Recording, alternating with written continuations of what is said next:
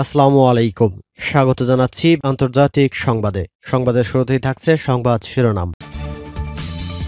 ফিলিস্তিন জিন্দাবাদ, জানিয়ে দিব হাতে থাকা সর্বশেষ আপডেট আন্তর্জাতিক সংবাদ। প্রথমেই সংবাদ শিরোনাম। ইসরায়েলের বিমানবন্দরে হুথিদের ক্ষেপণাস্ত্র হামলা। এরপর জানিয়ে দিব আল-আকসায় চোখের জলে আল্লাহর সাহায্য চাইলেন ফিলিস্তিনিরা। এদিকে ইউক্রেনের রাশিয়ার ড্রোন হামলায় নিহত 7। আরও জানিয়ে দিব বৈরুতে ইসরায়েলের বিমান হামলা।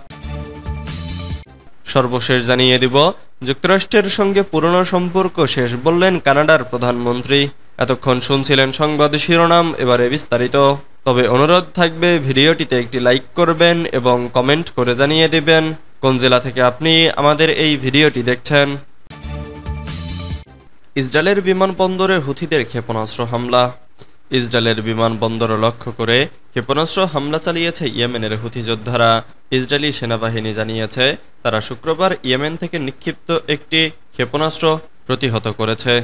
একদিন আগে হুথি বিদ্রোহীদের দ্বারা ছোড়া দুটি প্রকল্পাইল গুলি করে নামানো হয়েছিল। খবর আল আরাবিয়া। হুথি যোদ্ধারা হামলার দায় স্বীকার করে বলেছে তেল আবিবের কাছে বেন গুরিয়ন বিমানবন্দর লক্ষ্য করে একটি ব্যালিস্টিক ক্ষেপণাস্ত্র নিক্ষেপ করা হয়েছে। গোষ্ঠীটির সামরিক মুখপাত্র ইয়াহিয়া সারি 22 মার্চ ভোরে টেলিভিশনে দেওয়া এক বিবৃতিতে একথা বলেছেন। সারি বলেন, ইসরায়েলের বিরুদ্ধে 48 ঘন্টার মধ্যে এই গ্রুপের তৃতীয় হামলা। দলটির সামরিক মুখপাত্র প্রমাণ না দিয়েই বলেছেন যে হুথিরা লোহিত সাগরে মার্কিন বিমানবাহী রণতরী ইউএসএস হ্যারি এস ট্রুম্যানে হামলা চালিয়েছিল। এর আগে গত সপ্তাহে ইয়েমেনে হামলা চালায় মার্কিন বাহিনী। গত জানুয়ারিতে প্রেসিডেন্ট ডোনাল্ড ট্রাম্পের দায়িত্ব নেওয়ার পর মধ্যপ্রাচ্যে সবচেয়ে বড় মার্কিন সামরিক অভিযান এটি। ওই হামলায় অন্তত 53 জন নিহত হয়েছেন। মার্কিন হামলার প্রতিক্রিয়া হিসেবে ইসরায়েলকে লক্ষ্য করে আক্রমণ বাড়ানোর প্রতিশ্রুতি দিয়েছে যোদ্ধারা। প্রসঙ্গত 2023 সালের শেষে হামাসের সঙ্গে ইসরায়েলের যুদ্ধ শুরুর পর থেকে হুথিরা শতাধিক জাহাজে হামলা চালিয়েছে। গাজার ফিলিস্তিনিদের সঙ্গে সংহতি প্রকাশ করে এই হামলা বলে উল্লেখ করেছে যোদ্ধারা। এসব হামলায় বিশ্ব বাণিজ্যিক ব্যাপকভাবে ব্যাহত হয়েছে।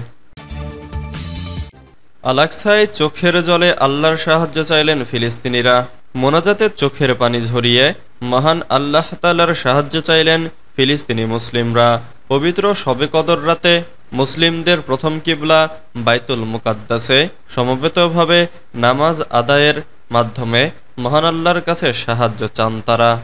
এ সময় অনেকেই জানান, পশ্চিম তীরে পবিত্র এই মসজিদে আসার পথে নানা স্থানে বাধার মুখে পড়েছেন তারা। তবুও ইসরায়েলি বাহিনীর গুলির ভয় উপেক্ষা করে প্রাণের চেয়ে প্রিয় বাইতুল মুকাদ্দাসে এসেছে তারা। পশ্চিম তীরের বাসিন্দা হুয়াইদা মাজিদা বলেন, আমি অনেক বাধা পেরিয়ে আল-আকসায় পৌঁছেছি। এখানে লাইলাতুল কদরের রাতে তাহাজ্জুদের নামাজ পড়ার নিয়ত করেছি, যেন গাজায় আমার পরিবার এবং সেখানে সবার জন্য দোয়া করতে পারি। দোয়া করব যেন এই বিপর্যয় ও যুদ্ধের অবসান ঘটে। শবে কদরের রাতে ফিলিস্তিনিদের উপস্থিতিতে কানায় কানায় পূর্ণ হয় বাইতুল মুকাদ্দাসের প্রাঙ্গণ। অনেকেই জানান, দূরত্ব অনেক বেশি হলেও যে মসজিদে নবী সাল্লাল্লাহু আলাইহি ওয়াসাল্লাম নামাজ আদায় করেছেন, সেখানে দাঁড়িয়ে তাহাজ্জুদ আদায় ও দোয়া করার জন্য সব কষ্ট ও দূরত্ব পেছনে ফেলেছেন তারা। পশ্চিম তীরের আরেক বাসিন্দা হামজা হামুদ বলেন, প্রায় 3 ঘন্টা গাড়ি চালিয়ে দীর্ঘ পথ পাড়ি দিয়ে আমি এখানে এসেছি। আমি এসেছি পবিত্র শবে কদরে বরকতময় এই মসজিদে নামাজ আদায় করতে।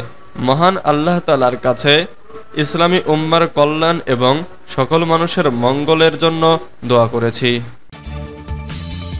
ইউক্রেনের রাশিয়ার ড্রোন হামলায় নিহত 7। রাশিয়ার ড্রোন হামলায় ইউক্রেনের রাজধানী কিয়েভ ও দনেস্ক অন্তত 7 জন নিহত হয়েছে। সৌদি আরবে যুক্তরাষ্ট্র ও ইউক্রেনের মধ্যে আলোচনার প্রাক্কালে শনিবার দিবাগত রাতে এই হামলা চালালো রাশিয়া।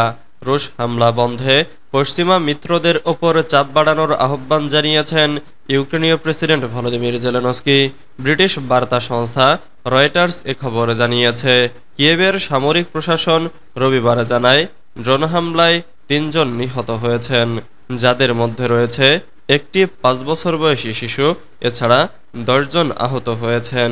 ইউক্রেনীয় প্রতিনিধি দলের এক সদস্য এএফপিকে জানান, ৩ বছরের যুদ্ধ অবসানের লক্ষ্যে ওয়াশিংটনের প্রচেষ্টার অংশ হিসেবে রবিবার সন্ধ্যায় সৌদি আরবে যুক্তরাষ্ট্র ও ইউক্রেনের কর্মকর্তাদের বৈঠক হবে। তিনি বলেন, আমেরিকানদের সঙ্গে বৈঠক রিয়াদে আজ রাতেই হওয়ার কথা রয়েছে। যুক্তরাষ্ট্রের বিশেষ দূত স্টিভ উইটকফ রবিবার এই উচ্চ পর্যায়ের আলোচনা শুরুর আগে আশাবাদ ব্যক্ত করেছেন। তিনি ফক্স নিউজকে বলেন, রাশিয়ার প্রেসিডেন্ট ভ্লাদিমির পুতিন শান্তি চান। বৈরুতে ইসরায়েলের বিমান হামলা। লেবাননের রাজধানীতে বিমান হামলা চালিয়েছে ইসরায়েল। গত নভেম্বরে যুদ্ধবিরতির পর প্রথমবারের মতো এই ঘটনা ঘটল। খবর আল জাজিরার। এর আগে ইসরায়েলি সেনাবাহিনী এবং লেবাননের সশস্ত্র গোষ্ঠী হিজবুল্লাহর মধ্যে একটি নাজুক যুদ্ধবিরতি কার্যকর ছিল। শুক্রবার ইসরায়েল 4টি বিমান হামলা চালালে বৈরুতের দক্ষিণ উপশহর হাদাত এলাকায় একটি ভবন ক্ষতিগ্রস্ত হয়, ফলে সেখানে বাসিন্দারা পালিয়ে যেতে বাধ্য হন। এই হামলা গত বছরের কয়েক মাস ধরে চলা বোমাবর্ষণের কথা স্মরণ করিয়ে দেয়, যখন ইসরায়েলি যুদ্ধবিমান ওই এলাকায় ব্যাপক হামলা চালিয়েছিল। আল জাজিরার প্রতিবেদক আলী হাশেম জানান, আমরা ইসরায়েলের হামলার শিকার ভবনের সামনে রয়েছি। এখানে ধ্বংসযজ্ঞের চিত্র দেখা যাচ্ছে। তিনি বলেন, এটি একটি আবাসিক ভবন যেখানে বহু পরিবার বসবাস করত। তাদের অনেকেই দেখেছেন কিভাবে ইসরায়েলি যুদ্ধবিমান ভবনটি ধ্বংস করে দিয়েছে। যুক্তরাষ্ট্রের সঙ্গে পুরনো সম্পর্ক শেষ বললেন কানাডার প্রধানমন্ত্রী। অর্থনীতি, নিরাপত্তা ও সামরিক সম্পর্কের ওপর ভিত্তি করে যুক্তরাষ্ট্রের সঙ্গে কানাডার যে সম্পর্ক ছিল তা শেষ হয়ে গেছে বলে মন্তব্য করেছেন দেশটির নতুন প্রধানমন্ত্রী মার্ক কার্নি। স্থানীয় সময় বৃহস্পতিবার ২৭ মার্চ মন্ত্রিসভার বৈঠকের পর অটোয়ায় সাংবাদিকদের কার্নি বলেন, মার্কিন প্রেসিডেন্ট ডোনাল্ড ট্রাম্পের শুল্ক আরোপের মুখে কানাডীয়দের মৌলিকভাবে অর্থনীতি নিয়ে নতুন করে ভাবতে হবে।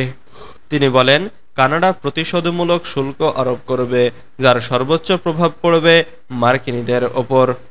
এর আগে বুধবার মার্কিন প্রেসিডেন্ট ডোনাল্ড ট্রাম্প আমেরিকার আমদানি করা গাড়ি ও এর খুচরা যন্ত্রপাতির ওপর 25% পর্যন্ত শুল্ক আরোপ করেছেন।